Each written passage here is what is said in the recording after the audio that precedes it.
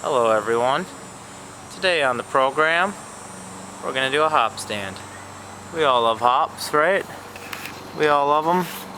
And we also like to see what we can do with them. We like to try different things, so I'm going to do my first hop stand and thought I would report and document and taste and all that good stuff. So stick around, see what happens. Quick look at the hops, which it's more than usual for me. It's one of those batches, Falconer's Flight, Australian Topaz, which I've never used. I don't think I've ever used either of these. Some Columbus, Simcoe, more Simcoe, Centennial, Cascade, and this guy will be new to me, Hop Shot. I don't know if you can hear me, but I'm just wondering, does anybody else do this? Do you skim? I usually get stuff, it's really just the foam, and I skim it off right as it's coming to a boil, and I'm just curious if anybody does that, and why do we do it? Alright, I've got a boil, got my syringe, I gave it a little swirl. Ah! Yeah, it bubbled on me. I would be stirring this if I could, but basically I just squeeze it in there. It's like molasses. I gotta start my clock, but this is replacing my boil hops. So maybe I'll run a little word through this thing and see if there's any more in there, but smells like hops. Yeah, interesting. So I'm just noticing, since my boil kind of died down temporarily, that oh, it got fogged up. Shoot. I see there's resin right there from the Hop Shot. It was kind of like a molassesy, resiny consistency, and I just got to dial this boil back up and get it going again. Okay, my one boil hop addition here today is 1.5 ounce of Simcoe. So I'm gonna add those. Otherwise, the bittering is all coming from the Hop Shot, and then I'll probably get some bitterness out of the hop stand.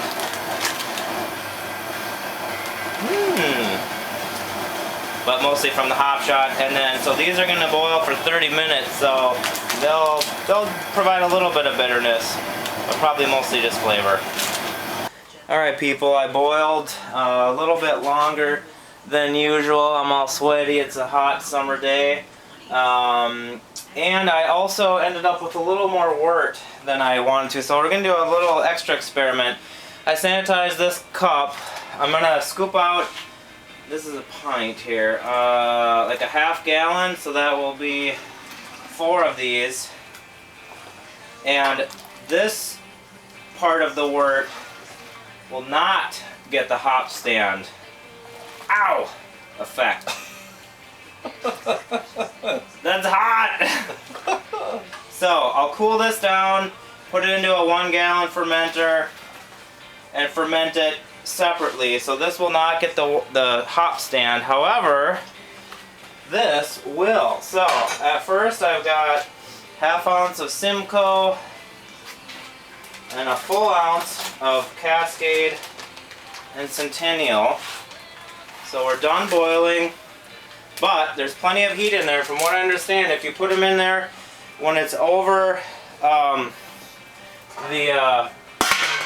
near boiling temperatures, you will, it's kind of a cool look. Yeah. Maybe I'll see if I can Close up, Dono. get a shot. Close up, Dono. Woo, going in. You will get bitterness out of this, so we shall see. Why do you think it's churning like that?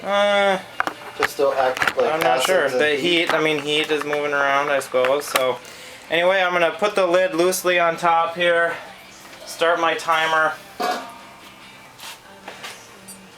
and then in 15 minutes, I'm going to add more hops. It's been 15 minutes, and I do have a sanitized spoon. You know, I might as well dump these in and then stir. The stirring, I can't remember what I read about the stirring or the not stirring. This is Australian Topaz. Actually, I don't really... Not maybe as super flavorful or aromatic as some beers. This is Falconer's Flight. Kind of similar. You know, when you get your nose in the Columbus or Chinook or those types, Simcoe even, here's a Columbus. Yeah, I get a more of a strong American hop flavor aroma. So, anyway, commercial brewers obviously Whirlpool at this stage, so pre-chilled and pre-fermentation. So this is the first time that I am stirring it, and actually maybe it will be the only time. I'm just going to do a gentle stir. Not really worried about this aerating it at all in a negative way. I mean, breweries are running wort through tubes and all this, and this has got to be a lot less of an impact than that. So, I got, what did I just do? 3 more ounces? I think I have 5.5 ounces in here now, plus the 1.5 from before, so 7 ounces total plus the hop shot. But most of it, again, is this hop stand. So, I'm just going to cover it up and give it another 15 minutes, and then we will start chilling. Alright, it has been a half hour. I've sanitized this thermometer, and I'm curious. Let's see if I can do this here. I'm gonna get a shot of your camera. I don't think that's gonna just curious to see if it's cooled down much. You won't be able to. Oh, maybe you can. 160. 69 dudes. Alright, so it's come down some, but as far as sort of tracking what the temperature does to the hops as far as bitterness versus aromatics and all that after a half hour this got down to about 179. So if I wanted to go below 179, I would probably have to chill it some and then add the hops, but that would be another experiment another day. It might be hard to see, but I was noticing in a certain light, you can, oh, I don't drop my camera in here. I was kind of noticing an oiliness, an oily look, and you know what that looks like. You see oil on a street when it's raining or something. And I was just wondering if, I can't really get it on this camera, I don't think.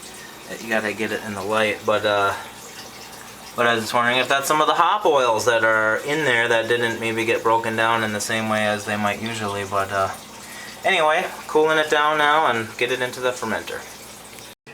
So I have about 4.5 gallons in the fermenter, the big fermenter, and probably a little bit less than half a gallon here, and I think I put it on film that I was thinking I was going to end up with a lot more volume than I ended up with, and I think now that what happens is my measuring stick that I use for the volume in my brew kettle is probably only especially useful when it is not boiling.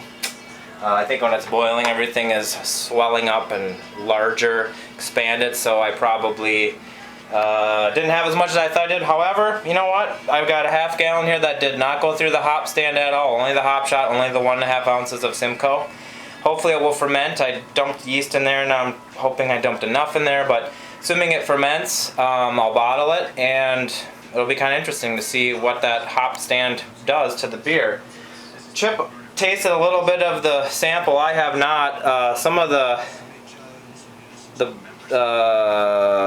hop shot black little resiny particles are still probably in the fermenter, and I'm kind of curious if they're going to drop out and I'll rack it off of there or what, but let's see how it tastes.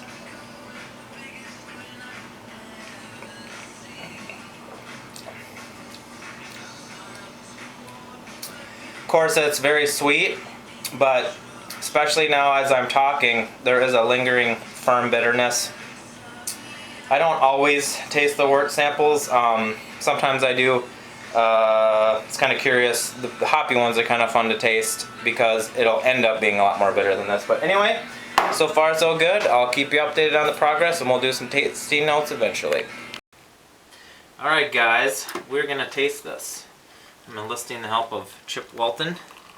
We don't need huge glasses because we have a control bottle that I'll talk about in a minute, but it's been in the keg for 18 days, so a couple weeks.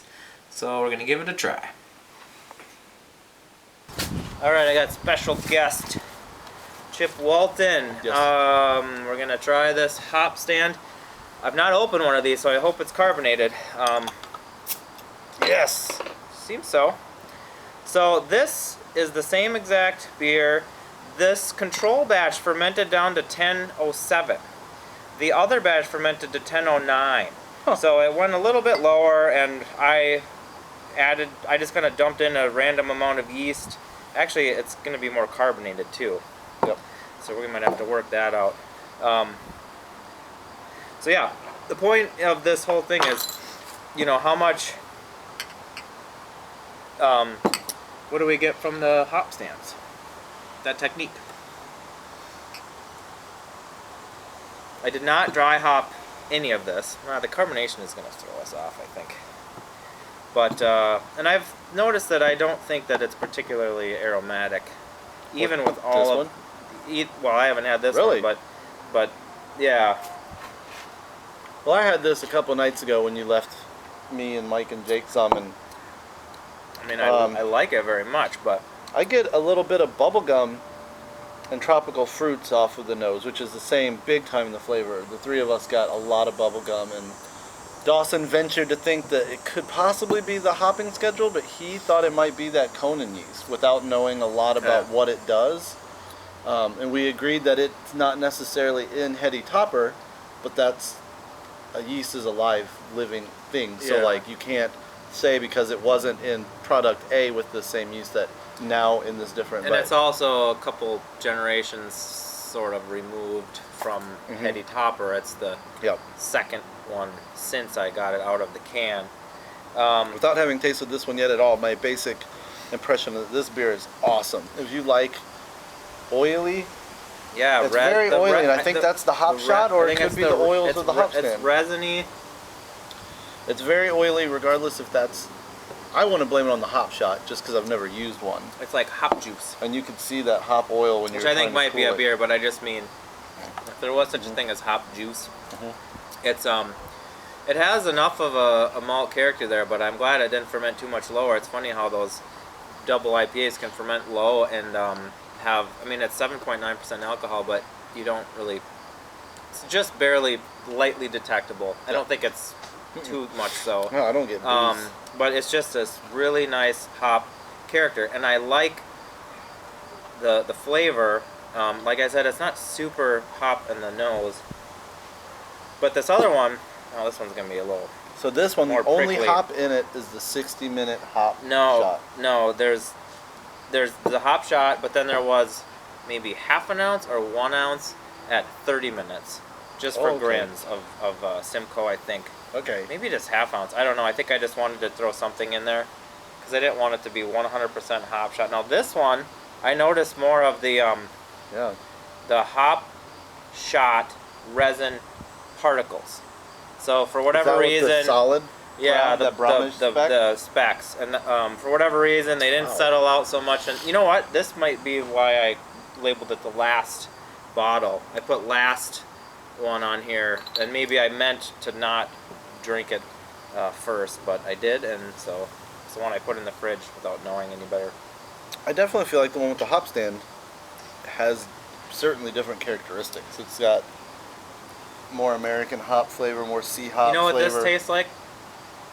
It reminds me more of, I've been drinking my New Albion ale, which is just base malt, 100% base malt, and then Cascade hops, kind of light on the hops, and it reminds me a little bit of that. Now, I think I almost get more alcohol out of this. Which is still the Conan yeast in that beer. Right.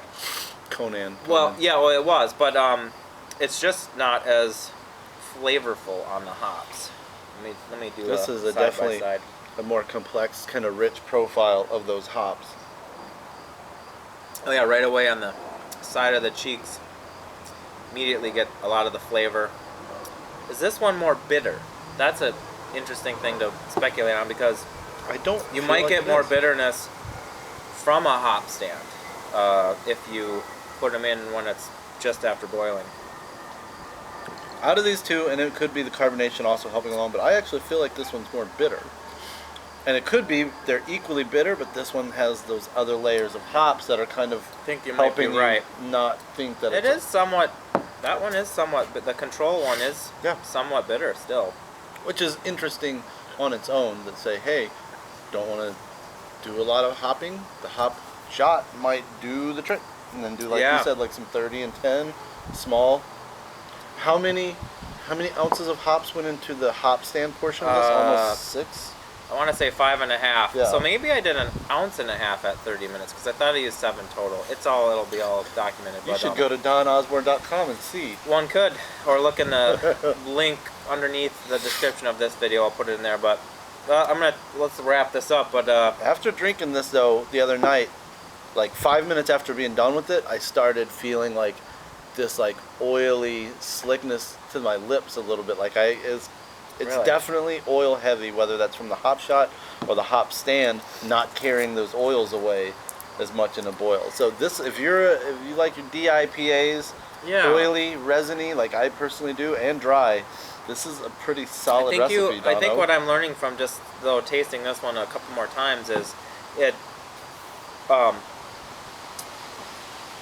You wouldn't maybe have to do 5.5 ounces of a hop stand, but if you were to do a couple ounces and give it 15 minutes or 20 minutes, you might get a little extra character, because the one that I did do the hop stand for definitely has a more interesting, complex, and unique hop character. And like I said, I did a lot of hops, but you could experiment, and that's the whole point. But I would say that it definitely does contribute significantly noticeable flavors. I mean, I think that's why pro brewers do so much. Yeah, I mean, some of them are just whirlpool heavy. You can do homebrew stuff like that too, though. Yeah. Hop rocket, whatever, different things. You don't have to start a brewery to do cool things. It doesn't hurt though. All right. If you've done hop standing, cheers. Comment. Let us know your techniques, your ways that you found that it works well, and catch you next time. Woo, woo.